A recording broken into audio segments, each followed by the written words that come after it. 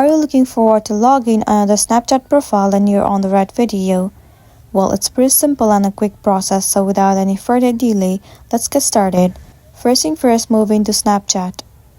If you are logged in into a specific account, then simply log out.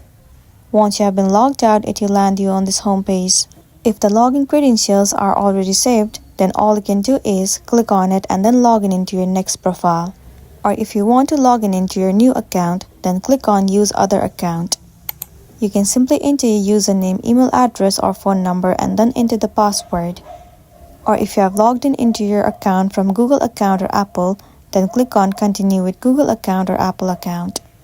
So once you've entered your username and the password, click on Login. If the login credentials are correct, then you will be logged in into your another Snapchat profile. So that's the end of the video. If this video really helped you, give it a like and check out our next tutorial. Thank you.